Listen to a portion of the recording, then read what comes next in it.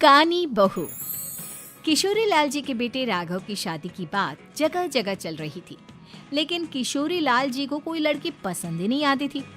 और उसकी एक ही वजह थी, किशोरी लाल जी का लालची होना।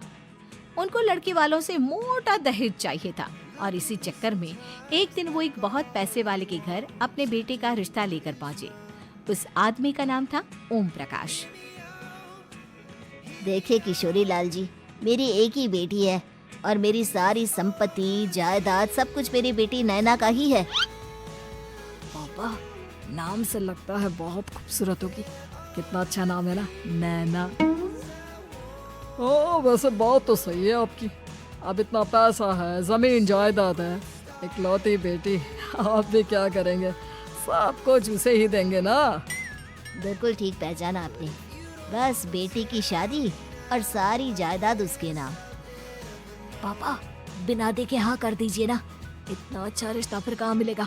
माला माल हो जाएंगे हम। मैं अपनी बेटी को बुलाता हूँ। अरे नहीं नहीं नहीं नहीं, आपकी बेटी का नाम नैना है, सुनकर ही लगता है बहुत सुंदर होगी। रहने दीजिए अंकल, मैं तो आपकी बेटी के नाम से ही इतना खुश हो गया हूँ कि उसे बिना देखे शादी करने को तैयार हूँ। अब तो मैं उसका चेहरा सीधे शादी के बाद ही देखूंगा। और इस तरह राघव नैना का चेहरा नहीं देखता और उससे शादी कर लेता है। शादी के बाद अपनी सुहाग रात पर जब राघव नैना का घूंघट उठाकर देखता है तो नैना की आंखें बंद थी। कितनी खूबसूरत हो तुम नैना। जरा अपनी आंखें खोलकर मेरी तरफ देखो तो सही। नहीं, मुझे शर्म आती है। अरे, मैंने तुम्हें शादी से पहले भी नहीं देखा और अब अगर तुम आंखें खोलकर मुझे देखोगी भी नहीं तो मुझे अच्छा कैसे लगेगा? इससे पहले कि नैना अपनी आंखें खोलकर राघव की तरफ देखती, अचानक से लाइट चली गई और राघव नैना को पूरी तरह से देख भी नहीं पाया। अगली सुबह नैना राघव के लिए नाश्ता बनाकर लेकर आई। अरे ये क्या? आधा पराठा सेका हुआ है और आधा बिल्कुल कच्चा। ये तुमने क्या किया नैना? बहू, तुमने क्या आधा पराठा तवे से नीचे लटका कर रखा था जो आधा सिका है और आधा कच्चा? मुझे जितना दिखेगा उतना ही तो सीखूंगी ना पापा जी। जहाँ जहाँ मुझे नजर आ रहा था वहाँ मैंने सीख लिया, जहाँ जहाँ नहीं दिखा वहाँ कच्चा रह गया होगा। इसका क्या मतलब है? ये कैसा मजाक कर रही है तुम? अरे बहू, तुमने इतना लंबा घूंघट क्यों लगाया हुआ है? देखो, हमारे घर में बहुओं को बेटी की तरह रखा जाता है और फिर तुम तो इतना सारा माल लेकर आई हो। देखो, ये घूंघट डालकर रखने की कोई जरूरत नहीं है। हाँ नैना, पापा जी ठीक कह रहा है, तुम तो आराम से रहो, अपना ही घर समझो। नैना अचानक से अपना घूंघट उठा लेती है। अरे ये क्या पापा, नैना की तो एक आंख फूटी हुई है।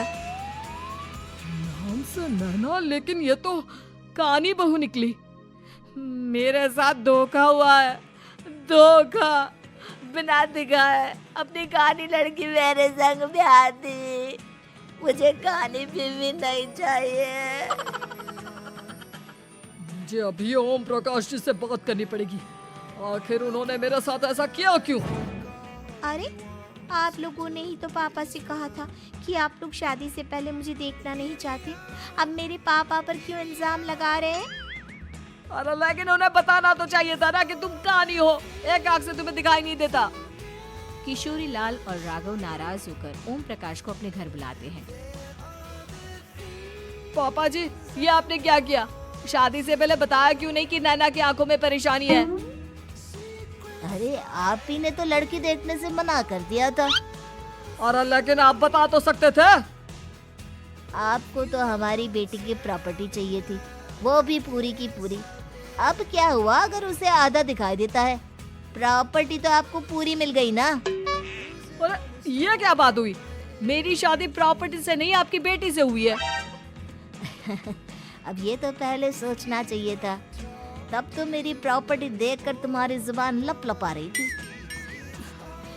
लेकिन मैं कानी लड़की को अपनी बीवी बनाकर नहीं रख सकता। पापा, कुछ करिए ना आप। हाँ, करता हूँ। देखिए ओम प्रकाश जी, आप हमारे साथ ऐसा नहीं कर सकते। और तुम देखो, अगर तुमने मेरी बेटी से शादी तोड़ी ना, तो जो भी प्रॉपर्टी मैंने तुम्हें दी है वो तो पूरी की पूरी वापस ले ही लूंगा, और आधी प्रॉपर्टी तुम्हारी भी लूंगा। अरे मेरी आधी प्रॉपर्टी भला क्यों लेंगे आप? इसलिए क्योंकि मेरी बेटी को आधा नजर आता है और उसकी नजर अभी तक तुम्हारी आधी जायदाद पर ही पड़ी है। अब तुम उसे घर से निकालोगे तो कुछ तो लेकर जाएगी ना। और अगर हम आपकी बेटी को अपने घर की बहू बना कर रखे तो? तो तुम्हारी पूरी प्रॉपर्टी तुम्हारी ही रहेगी, और जो मैंने तुम्हें दिया है ना, उसमें से बस मैं आधा लेकर जाऊंगा। अरे लेकिन अब आप अपनी दी हुई प्रॉपर्टी में से आधी वापस क्यों लेकर जाएंगे? अगर मैं आपकी बेटी को अपनी पत्नी बनाकर रखने को तैयार हूँ तो? इसलिए ताकि भविष्य में अगर तुम मेरी बेटी को धोखा दो तो उसके पास कुछ तो रहे जो पति का हो। वैसे मेरे पास तो बहुत कुछ है, लेकिन अपने पति की कोई निशानी तो उसके पास होनी चाहिए ना।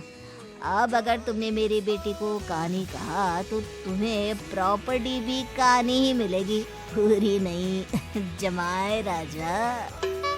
किशोरी लाल और राघव समझ चुके थे कि वो बुरी तरह फंस चुके हैं और अब उनके पास वहाँ से निकलने का कोई चारा नहीं है। अब समझ में आया ना, लालच बुरी बला होती है। एक तो तुम्हें प्रॉपर्टी मिली, ऊपर से बीवी मिली, उसमें तुम्हें नखरे भी दिखाने हैं। आए बड़े, चुपचाप बैठो तुम। कुछ दिनों के बाद नैना राघव की कार लेकर बाजार घूमने निकलती है और जब कार लेकर वापस आती है। ये क्या? एक तरफ से मेरी गाड़ी पूरी खराब हो चुकी है। लगता है तुमने मेरी गाड़ी को किसी दूसरी गाड़ी के साथ एक्सीडेंट किया है। अरे कितना बड़ा नुकसान कर दिया तुमने बहू। वो क्या है ना पापा जी, मुझे एक आंख से दिखाई नहीं दे रहा था, सामने से गाड़ी आ रही थी। मुझे तो सिर्फ आधा ही दिखाई दिया और वो गाड़ी मेरी कार से रगड़ते हुए निकल गई। अब मैं क्या करूं बताओ? आप इसे ठीक कराने के पैसे कौन देगा? तुम्हारे पापा?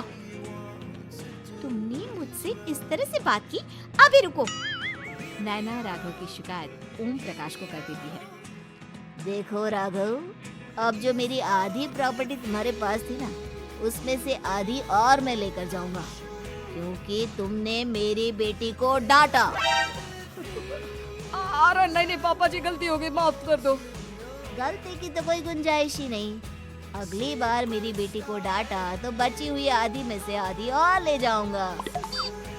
लालच के चक्कर में हम दोनों ने बहुत बड़ी गलती कर दी बेटा। एक तो तुम्हें कानी बहू मिली और ऊपर से जो माल मिला वो भी काना।